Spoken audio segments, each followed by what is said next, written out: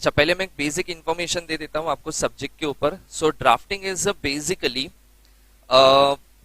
इसमें 11 चैप्टर्स है आप लोगों को, ठीक है। अब 11 चैप्टर्स में से आप देखोगे ना, तो सबसे इंपॉर्टेंट चीज ये क्या है कि इसमें मेन बीच में 5-6 चैप्टर है, ठीक है। वो 5-6 चैप्टर का वेटेज ही अराउंड 50-60 मार्क्स का हो जाता है, बराबर। तो उसमें से आपको ड्राफ्ट पूछेंगे ही पूछेंगे। तो सबसे पहले मैं आपको एक चीज बता देता हूँ कि ड्राफ्ट बेसिकली है क्या, what is the all subject about, कि मतलब ड्राफ्टिंग इसमें हम लोग क्या पढ़ना है बेसिकली। देखो, आपके घर में ना एक कॉमन इश्यू होता होगा, जैसे अपने को घर वालों ऐसा समझते हैं कि हम लोग बहुत सुपीरियर, बहुत टैलेंटेड है क्योंकि हम लोग सीएस पढ़ रहे हैं, ऐसा उनका मानना है। होगा नहीं होगा पता नहीं, बट ऐसा वो लोग तो सोचते हैं।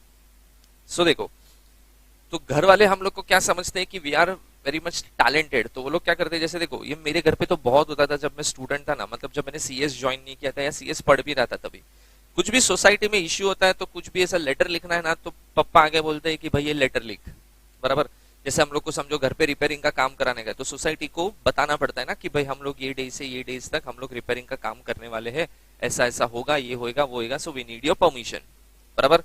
तो उसमें हम लोग लेटर लिखते हैं ना। अपना लेटर देखो कैसा होता है, सबसे पहला अपना बेसिक प्रॉब्लम, मैं लिखूं किधर से, चालू किधर से करूं, लेफ्ट में मेरा नाम लिखूं, राइट में मेरा नाम लिखूं, सब्जेक्ट लिखूं कि नहीं लिखूं, बराबर। फिर जब लेटर का जो मेन बॉडी होता है, ये तो हम लोग डेकोरेशन कर रहे हैं, मेन बॉडी जो होता है उसमें मैं क्या लिखूं, स्टार्ट कैसे करूं, बराबर। तो वो सब चीजें हम लोग के लिए बहुत एकदम बोलते हैं ना, ट्रेजेडी क्रिएट कर देती है, क्योंकि ऑब्वियसली लिखना कैसे है, सेंटेंस फ्रेमिंग कैसे करना, स्टार्ट कैसे करना, कंटेंट को कैसे एक्सप्लेन करना और बाद में उसको एंड कैसे करना, ये सब चीजें लिखना प्रॉपर तरीके से, उसी को बोला जाता है ड्राफ्टिंग, बराबर। अभी सीएस में देखो, तुम लोग को जैसे 9 सब्जेक्ट्स है, एक भी सब्जेक्ट ऐसा नहीं है जो फालतू में डाला है, बराबर। और ड्राफ्टिंग तो one of the most important subject माना जाता है। क्यों? उसका रीजन देखो, तुम्हारा काम ही सबसे ज्यादा क्या होगा, ड्राफ्ट करना, बराबर। तुम लोग को ड्राफ्ट देखो कैसे करवाएंगे, तुम लोग अपने कैबिन में बैठे रहोगे, सीईओ सीएफओ या कोई भी आएगा, सडनली बोलेगा कि we are planning to do this this this, so एक काम करो, एक मीटिंग है, मीटिंग आने वाला है, उसमें ये एजेंडा बना के डाल दो, बराबर। वो तुम लोग को 2 लाइन में बता देगा ऐसी ऐसी सिचुएशन है, तो हम लोग को इसमें अप्रूवल चाहिए, तो मीटिंग में डिस्कस करने डाल दो। वो 2 लाइन में चीजों को बता के गया तुमको। अब तुम लोग को क्या करना है, उसी चीज को प्रॉपर टाइटल देके, उसकी प्रॉपर फॉर्मिंग करके, फॉर्मेशन करके, उसको प्रॉपर तरीके से लिखना, बराबर। और बाद में उसको बताना पड़ेगा कि देखो भाई मैंने ऐसा लिखा है, उसने 2 लाइन बोला तो तुम लोग ने 4 लाइन में खत्म कर दिया मैटर, ऐसा नहीं होगा। तुम्हारी ड्राफ्टिंग बहुत इंपॉर्टेंट होती है, और ड्राफ्टिंग के बेस पे ही सीएस का नॉलेज कितना है ये टेस्ट हो जाता है।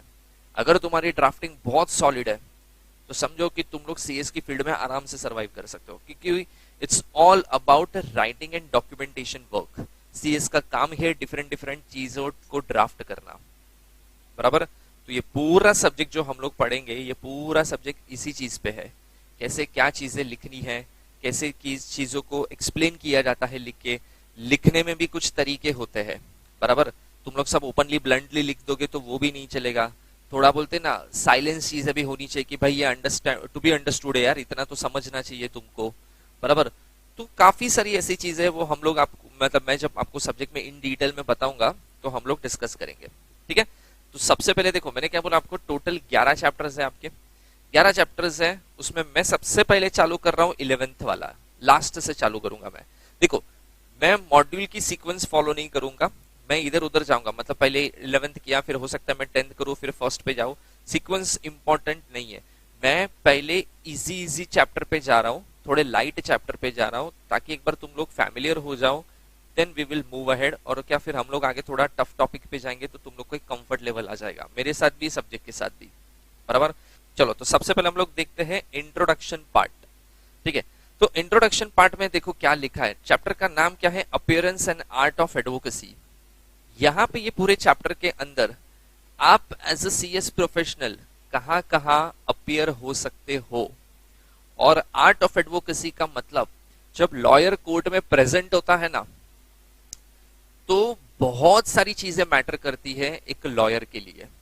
पहला, उसका ड्रेसिंग, सेकेंड उसकी बॉडी लैंग्वेज, ठीक है, थर्ड बाद में उसका नॉलेज, बराबर। देखो नॉलेज के बाद भी आप कैसे चीजों को एक्सप्रेस कर रहे हो वो भी इंपॉर्टेंट है, क्योंकि काफी सारे लोग ऐसे होते हैं कि नॉलेज बहुत है but they are not able to express, और काफी सारे ऐसे होते हैं कि नॉलेज नहीं होता लेकिन इतना कॉन्फिडेंस के साथ फेंकते हैं ना, तो तुम लोग ऐसा बिलीव भी कर लेते हो कि हाँ ये जो बोल रहे हैं ना ये सही है, बराबर। तो वो आर्ट ऑफ एडवोकेसी बोला जाता है। अभी जैसे समझो ऑब्वियस एक चीज है, तुम लोग जब कोई भी इंसान को फर्स्ट टाइम मिलते हो ना अपनी लाइफ में, बराबर, तुम लोग जज करते हो उसको उसके अपीयरेंस से।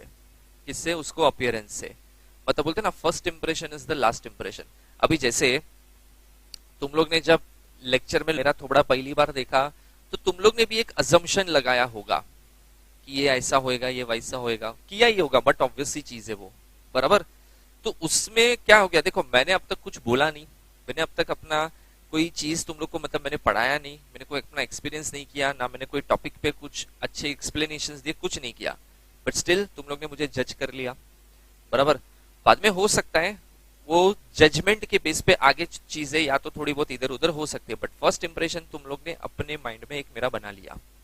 सेम चीज ये होता है जब आप कोई रिप्रेजेंटेटिव बन के, लीगल रिप्रेजेंटेटिव बन के जब एनसीएलटी में, सेबी में, सैट में, इनकम टैक्स अथॉरिटी के सामने कहीं पे भी आप जब अपियर होते हो, मेक श्योर दैट आपका फर्स्ट इंप्रेशन बहुत बेस्ट होना चाहिए, बिकॉज वही फर्स्ट इंप्रेशन आपको आगे केस में अपर हैंड एक दे सकता है, आई कैन से दैट, बराबर। जैसे एक मेरा एक्सपीरियंस बताता हूँ, जैसे यहाँ पे बोरीवली कोर्ट है, जो मुंबई में रहता है उनको पता होगा, बोरीवली कोर्ट है स्टेशन के बाहर। तो वहां पे एक बार मैं कुछ नोटराइज कराने के लिए कुछ डॉक्यूमेंट्स को लेके मैं गया था, तो वहां पे एक मेरा बंदा बैठता है, मतलब जो मैं जिससे हमेशा नोटरी करा था, तो मैंने उसको डॉक्यूमेंट्स दिए 4-5 मिनट, उसको बोला नोटरी करके आप नोटरी करके दे, तो बोलता है 10 मिनट रुको मैं करके देता हूँ। बोला ठीक है। मैं ऐसे ही उधर खड़ा था, उधर मैंने एक लॉयर को देखा, वो लॉयर का ड्रेसिंग है ना, मतलब मैं देख के मुझे ऐसा एक बार लगा कि कहीं मैंने एलएलबी करके गलती तो नहीं कर दी ये फील्ड में आके, क्योंकि अगर लॉयर ऐसे होंगे ना, मतलब ये पूरे लॉयर की जात को बदनाम कर रहा है, क्योंकि ऐसे लॉयर को देख के लोगों के दिमाग में नेगेटिव इंप्रेशन क्रिएट होगा ही होगा। ठीक है, उसका मैं ड्रेसिंग बताता हूँ। उसने पहना था ब्लू पैंट, व्हाइट शर्ट जो उसकी डबल साइज का था, मतलब अगर उसको स्मॉल पहनना चाहिए तो उसने एक्सेल पहना था शायद, बराबर। उसमें पिंक कलर का टाई, शर्ट प्रॉपर टक इन नहीं है, बराबर, और उसमें बहुत बड़ा ब्लैक कलर का ओवरकोट, जो ओवरकोट पहना था वो नी तक आ रहा था, और नीचे स्लीपर्स, ठीक है, जो संडास में पहनते हैं ना हम लोग पैरागॉन वाले, वैसे। और वो बंदा बाहर खड़े रह के लोगों को एडवाइस दे रहा है, काम कर रहा है, मतलब एक क्लाइंट के साथ बात कर रहा है। तो मुझे ऐसा लगा यार ऐसे लोग भी अगर लॉयर बन गए तो फिर हो गया।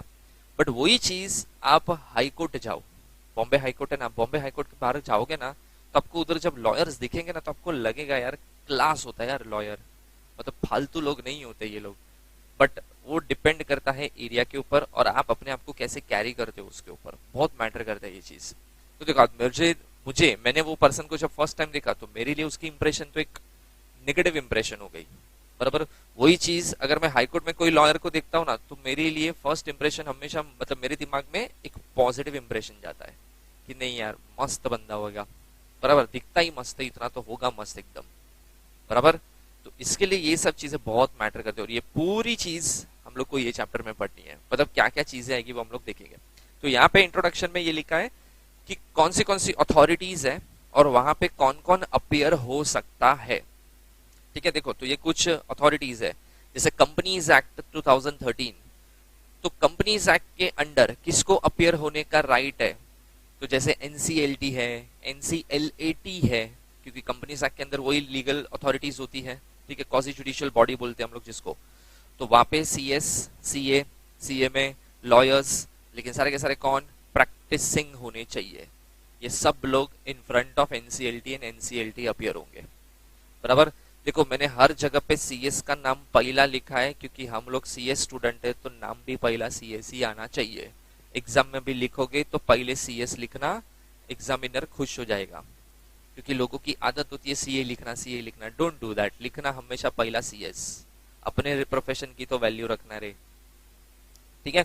Then TRAI, telecommunication regulatory authorities of India, उसके अंदर भी कौन अपियर हो सकता है, सीएस प्रैक्टिसिंग, और काफी सारे लोग अभी तो अलाउ कर दिया है, जैसे लॉयर्स भी अपियर हो सकता है, अकाउंट्स भी, अकाउंट्स के लिए जनरली चार्टर्ड अकाउंटेंट को अपियर करवाते हैं, but preference is always to, क्या, सीएस और लॉयर। भले यहाँ पे लॉयर मैंने नहीं लिखा है, बट सीएस और लॉयर दोनों प्रेफरेंस होते हैं। क्यों प्रेफरेंस, उसका रीजन मैं एक बताता हूँ। क्योंकि ट्राई एक ऐसा एक्ट है जो प्योर बोलते ना, अकाउंट से दूर दूर तक कोई रिश्ते नाते नहीं है, और टैक्स से रिलेशन से जनरली इतना कोई दूर दूर तक रिश्ते नाते नहीं है। तो जो लॉ की फील्ड का रहेगा ना, उसको अपियर कराओगे तो ज्यादा बेटर है। बाकी सीए अपियर हो सकता है, ऐसा प्रॉब्लम नहीं है, बट प्रेफरेंस उसको कम देते हैं। देन सेबी एक्ट में अगेन सीएस, सीए, सीए में लॉयर्स प्रैक्टिसिंग सारे के सारे।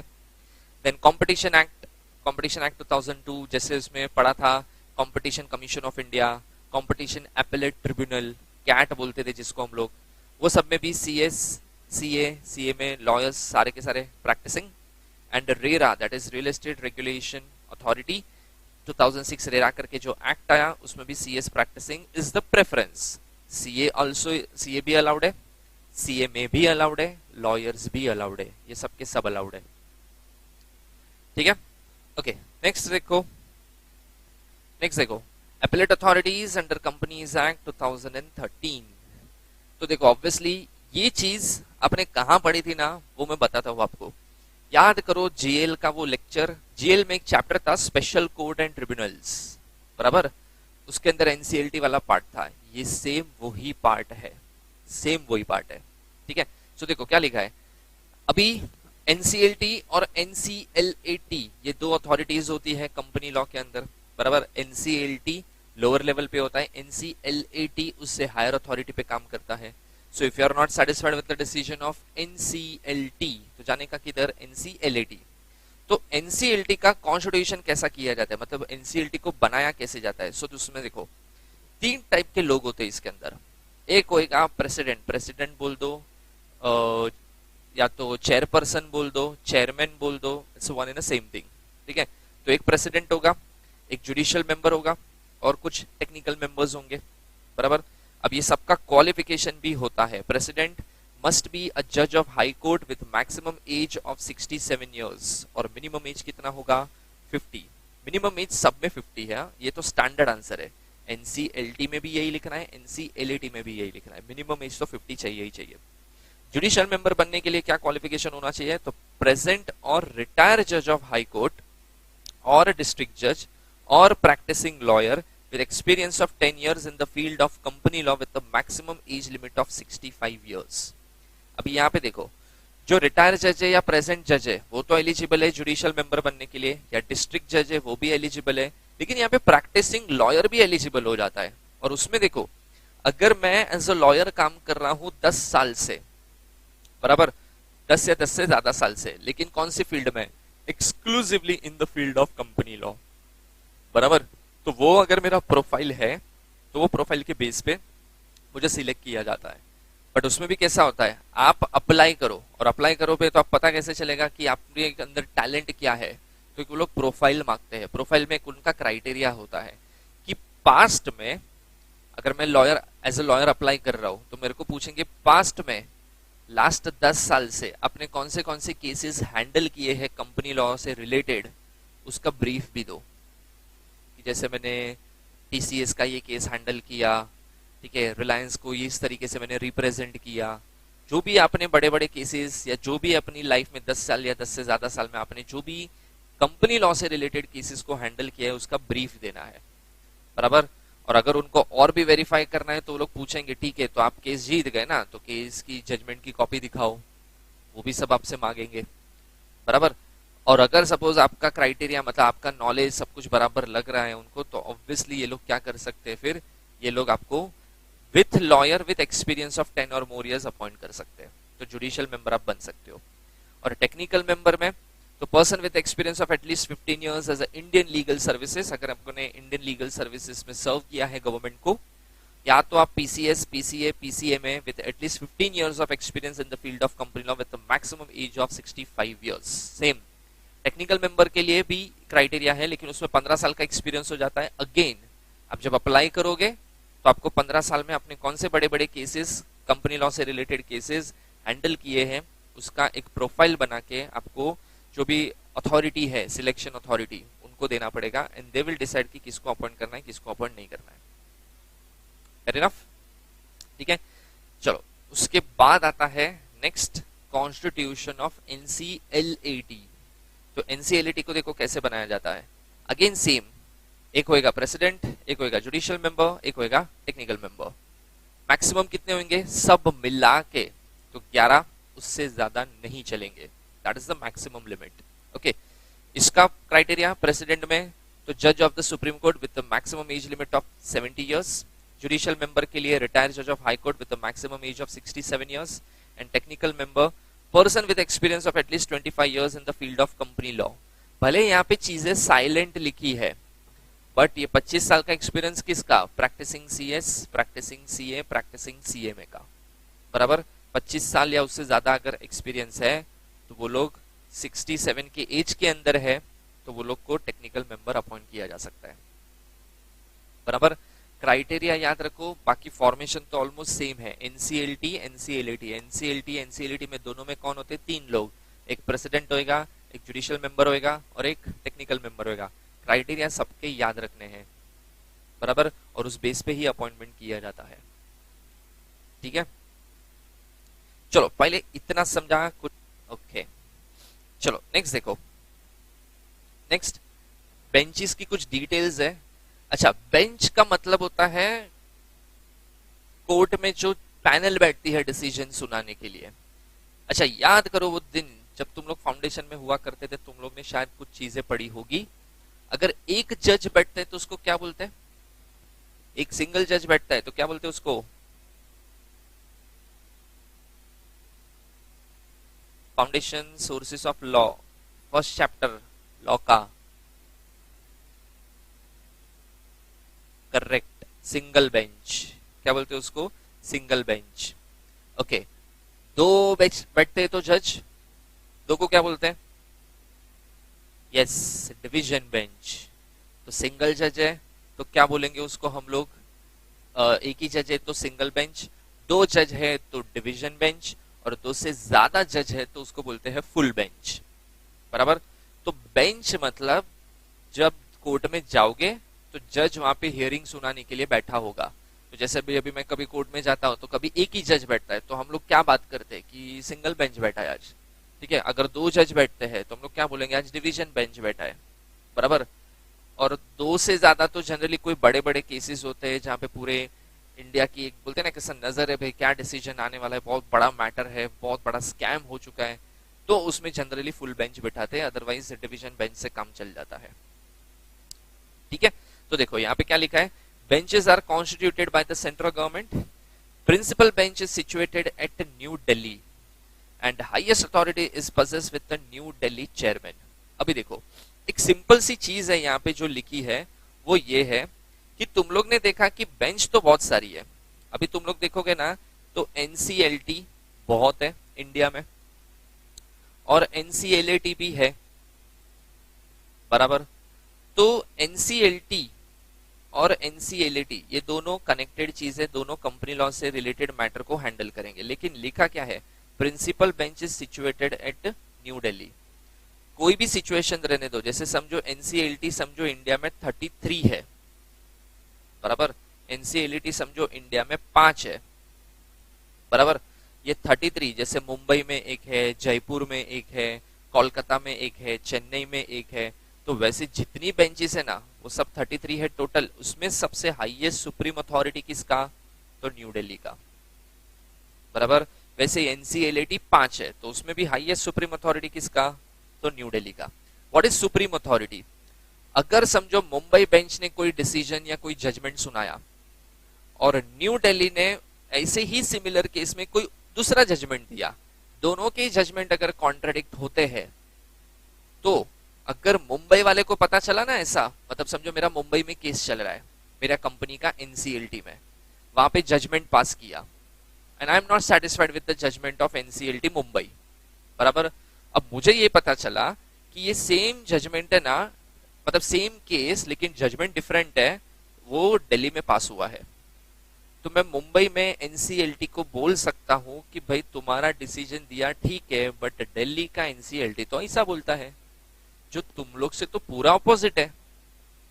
बराबर। तो बताओ तुम लोग राइट हो कि वो राइट है, मतलब मुंबई वाले राइट है कि दिल्ली वाले राइट है? सो आंसर इज हमेशा राइट न्यू दिल्ली माना जाता है, क्योंकि न्यू दिल्ली को प्रिंसिपल बेंच बोला जाता है। जो प्रिंसिपल बेंच ने बोला वो सब बेंच को मानना पड़ेगा, फिर चाहे एनसीएलटी हो एनसीएलटी हो। बराबर। दे हैव सुप्रीम अथॉरिटी, उनको कभी ओवर पावर नहीं कर सकते। बराबर।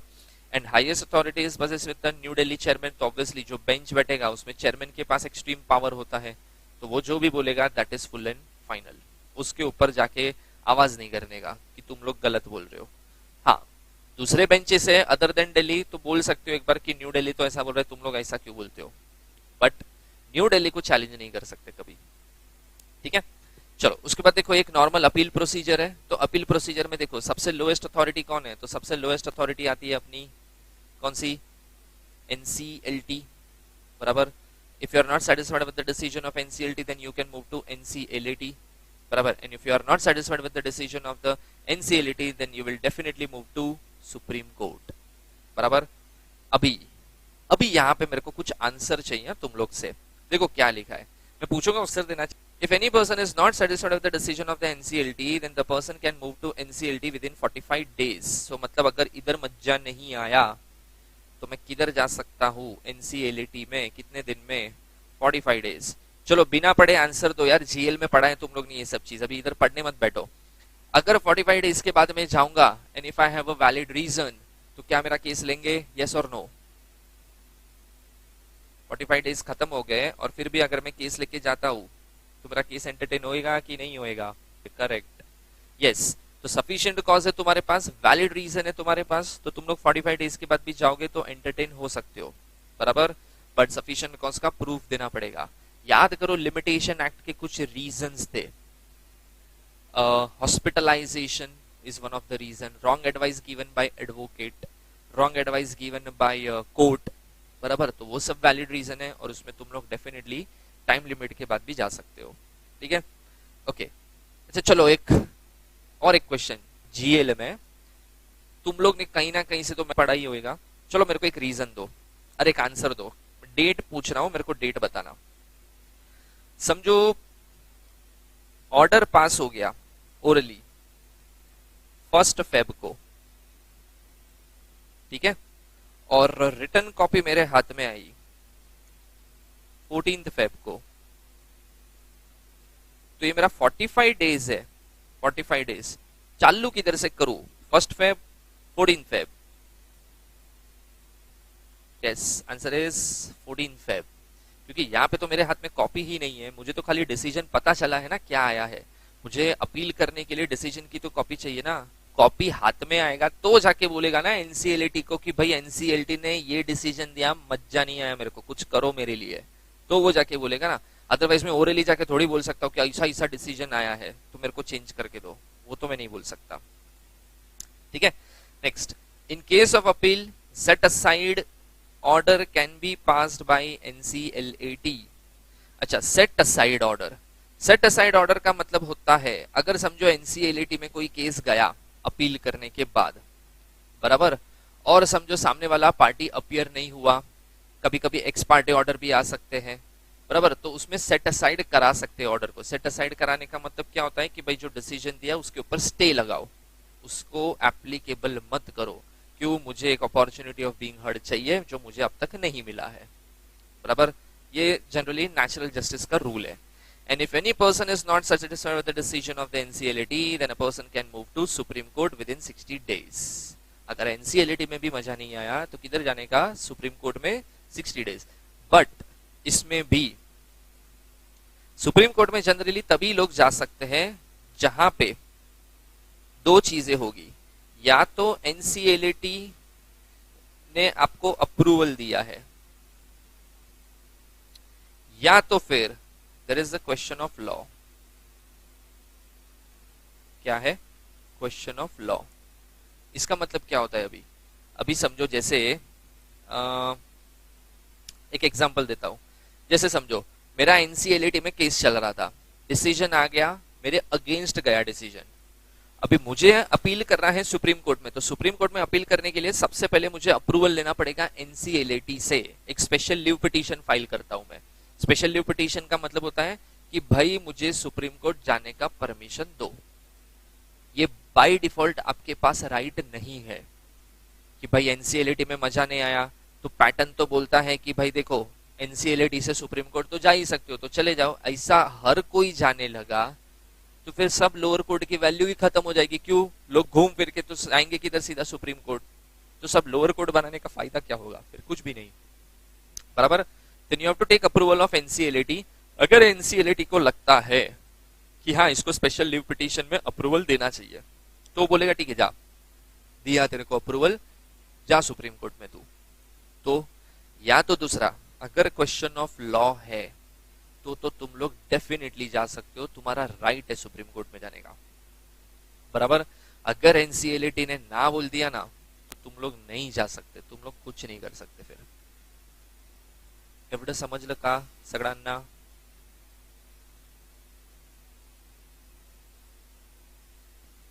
ठीक है, चलो नेक्स्ट देखो।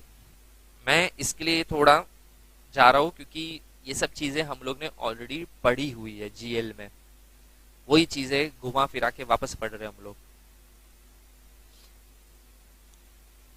चलो नेक्स्ट देखो, नेक्स्ट आता है सेबी। तो सेबी में देखो, सेबी के डिसीजन से सेटिस्फाइड नहीं हो और IRDA, that is insurance regulatory development authority of India, तो उनसे उनकी भी कुछ मैटर्स है, सारे नहीं है, कुछ मैटर्स सैट के पास जा सकते हैं। तो सपोज सेबी के डिसीजन से अगर मैं सेटिस्फाइड नहीं हूं, then I can move to SAT, SAT is securities appellate tribunal. और सैट के डिसीजन से मैं सेटिस्फाइड नहीं हूं, then I will move to supreme court. तो देखो यहाँ पे पहले में 45 डेज, देखो वापस सेम पॉइंट है, अभी इतना गधे के जैसे बार बार पढ़ते मत बैठना। पहले में देखो सेबी में मत जाने आया, किधर जाने का? सैट में कितने दिन में? 45 डेज में। 45 डेज के बाद जाओगे तो क्या एंटरटेन हो सकते हो? यस हो सकते हो। कब होगे? अगर तुम्हारे पास सफिशिएंट कॉज है तो। और अगर सैट में भी बचा नहीं आया तो किधर जाने का? सुप्रीम कोर्ट में जाने का। कितने दिन के अंदर? 60 डेज के अंदर, बराबर। जनरली 60 डेज में ऑब्वियसली वही वाला रूल, क्वेश्चन ऑफ लॉ और सैट का अप्रूवल है तो ही जा सकते हो। लेकिन इधर एक थर्ड पॉइंट एडिशनल है, ये वाला, बराबर, कि SAT will dispose of all the matters within the 6 months from the date of receiving of an appeal. अगर कोई अपील केस आया ना सेबी से सैट के पास, तो सैट क्या करता है? उसको रिसीव करेगा ना, उस दिन से लेके उसका काम होता है 6 महीने के अंदर ये मैटर को सॉल्व करना, ये डिस्प्यूट खत्म करना। कुछ भी हो जाए 6 महीने के अंदर खत्म होना चाहिए। देखो भले ऐसा लिखा है but practically her bar possible नहीं होता ये। तो क्या होता है? तो आपको एक क्वेश्चन आया होगा कि सर अगर 6 महीने में नहीं हुआ तो क्या? तो सेम 6 महीने में नहीं हुआ तो इट्स फाइन। फिर वो लोग क्या करते हैं? 6 महीने में नहीं होगा तो मैटर कंटिन्यू करेंगे and they will notify the reason to the respected authority. Generally supreme court को बताया जाता है और सेंट्रल गवर्नमेंट को बताया जाता है कि क्यों हम लोग ने ये मैटर 6 महीने में अब तक सॉल्व नहीं किया। तो जनरली रीजन होता है कि एविडेंसेस कलेक्शन में टाइम लग रहा है, पार्टी अपीयर नहीं हो रहा है, ठीक है। जो भी उनको रीजन मतलब होंगे वो लोग बताएंगे, because of many number of cases, जिसके चक्कर में वर्क प्रेशर इतना बढ़ गया है कि इतनी हियरिंग कंडक्ट नहीं हो सकती, तो 6 महीने से ज्यादा टाइम तो लगेगा, बराबर। तो ठीक है, ऐसा कुछ स्ट्रिक्ट रूल नहीं है कि 6 महीने के अंदर खत्म होना ही चाहिए। देखो ज्यादा टाइम लो कोई प्रॉब्लम नहीं है गवर्नमेंट को, बट गवर्नमेंट को एक चीज चाहिए, भले टाइम लो ज्यादा बट जस्टिस होना चाहिए। जिसके साथ जिसने कांड किया है उसको पेनलाइज होना चाहिए, बराबर। आप फटाफट डिसीजन के चक्कर में आड़े टेढ़े डिसीजन दे दोगे तो वो भी नहीं चलेगा, बराबर, ठीक है। तो ये याद रखना कि 6 महीने के अंदर सैट सारे मैटर खत्म करता है। चलो नेक्स्ट, इनकम टैक्स के अंदर ये हायरार्की है जो बहुत बड़ी है, ठीक है। देखो स्टार्ट होता है सबसे पहले लोअर अथॉरिटी, तो इनकम टैक्स ऑफिसर के पास सबसे पहले मैटर जाता है, पुट अप होता है। फिर उधर से अगर तुम लोग को डिसीजन से प्रॉब्लम है तो एपिलेट असिस्टेंट कमिश्नर और कमिश्नर, ठीक है।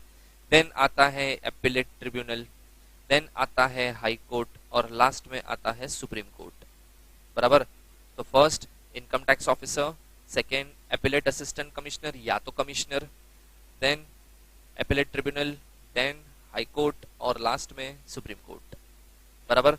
इस तरीके से मैटर को आगे आगे करके फॉरवर्ड किया जाता है। यहाँ पे एक चीज है कि सुप्रीम कोर्ट में इनकम टैक्स के काफी सारे मैटर जाते हैं, मतलब हाई कोर्ट में भी सेम चीज है जो हम लोग ने पढ़ा था कि स्पेशल लीव पिटीशन, मतलब समझो मैं हाई कोर्ट में केस हार गया तो मुझे अगर सुप्रीम कोर्ट जाना है तो स्पेशल लीव पिटीशन तो फाइल करनी पड़ेगी। बराबर। तो अगर स्पेशल लीव पिटीशन मैंने फाइल कर दी और हाई कोर्ट ने मेरे को बोला जा भाई तू, तेरे को सुप्रीम कोर्ट जाना है ना, जा तू, ठीक है, तो मेरे को भेज देगा। क्वेश्चन ऑफ लॉ है तो मेरे को जाना ही है। लेकिन यहाँ पे हाई कोर्ट थोड़ा लिबरल रहता है। लिबरल इन व्हाट सेंस कि ये लोग काफी सारे केसेस को अप्रूवल देते हैं सुप्रीम कोर्ट में जाने के लिए, बट वो भी जनरली कब कोई बड़ा टैक्सेशन के अमाउंट के ऊपर या कोई बड़े मैटर्स लगते हैं उनको जो वैल्यू में बहुत हाई है, तो जनरली वो लोग सुप्रीम कोर्ट तक भेजते हैं। मेरा 10,000 का टैक्स का डिस्प्यूट है तो 10,000 के लिए सुप्रीम कोर्ट बीच में नहीं आएगा। सुप्रीम कोर्ट इतना सस्ता फुकट नहीं है कि 10,000 के मेरे झगड़े के लिए सुप्रीम कोर्ट तक मैं चला जाऊं। बराबर। क्रोर्स ऑफ रुपीस के मैटर है और वो सब है तो फिर जाता है मैटर जनरली सुप्रीम कोर्ट तक। बराबर। अदरवाइज छोटे छोटे मैटर्स को इतना इंपॉर्टेंस नहीं दिया जाता है। चलो तो यहाँ पे देखो इसके भी कुछ पॉइंट्स है। If any person is not satisfied with the decision of appellate assistant commissioner, तो या तो commissioner, then a person can move to the appellate tribunal within 60 days. अच्छा, वो जो लिखा है ना सैट में एंटरटेन, वो मत पढ़ना, वो प्रिंटिंग मिस्टेक है, ये वाला। ओके, देन आगे देखो वही हाई कोर्ट में जा सकते हो if there is question of law. Question of law वाला चालू हो जाता है हाई कोर्ट से ही। हाई कोर्ट में भी क्वेश्चन ऑफ लॉ के बेस पे जा सकते हो, सुप्रीम कोर्ट में भी क्वेश्चन ऑफ लॉ के बेस पे जा सकते हो। यहाँ पे एपिलेट ट्रिब्यूनल में जब तुम लोग जाते हो तो उसकी फीस भरनी पड़ती है। देखो हर जगह पे फीस तो भरना ही है। हाई कोर्ट और सुप्रीम कोर्ट में जो फीस भरोगे अपील करने में, ध्यान से सुनो, हाई कोर्ट या सुप्रीम कोर्ट में फीस भरोगे अपील करने के लिए तो वो कोड ऑफ सिविल प्रोसीजर के हिसाब से पे करोगे। लेकिन यहाँ पे एपिलेट ट्रिब्यूनल तक अगर तुम लोग जाओगे तो उसका एक प्रॉपर टेबल है जो इनकम टैक्स में मेंशन किया गया है। बराबर। सो देखो, income of assessee computed by assessing officer, अगर इनकम जो है 1 लाख रुपीज है जिसके ऊपर डिस्प्यूट चल रहा है मेरा और कोई इनकम टैक्स ऑफिसर का, बराबर, तो 500 रुपया फीस भर के मैं एपिलेट ट्रिब्यूनल में जा सकता हूं अपील करने। 1 लाख रुपए से 2 लाख रुपए के बीच में अगर है तो 1500 रुपया फीस भरना पड़ेगा, और 2 लाख के ऊपर है तो 1% of assessed income but the maximum limit is 10,000 rupees. मतलब समझो अगर 2.5 लाख है तो 2.5 लाख का 1%। If it is less than 10,000 तो वो जो अमाउंट कम आया वो वाला अमाउंट लेने का। लेकिन अगर सपोज 40-50 लाख का है तो उसका 1% ज्यादा होगा, समझो 12,000 आया, but subject to maximum limit कितना है 10,000, तो स्टैंडर्ड अमाउंट फिर कितना भरना पड़ेगा 10,000। सो एनीथिंग अबव 10,000, कुछ भी रहने दो, उसमें 10,000 ही आएगा। एंड एनीथिंग लेस देन 10,000, 1500 के ऊपर वाले केस में बात कर रहा हूँ, थर्ड केस में, तो 1500 से 10,000 के बीच में जो होगा तो जो एक्चुअल अमाउंट होगा वो आपको फीस भरना पड़ेगा। ये थर्ड पॉइंट समझा क्या सबको? ठीक है, चलो यहां तक क्लियर।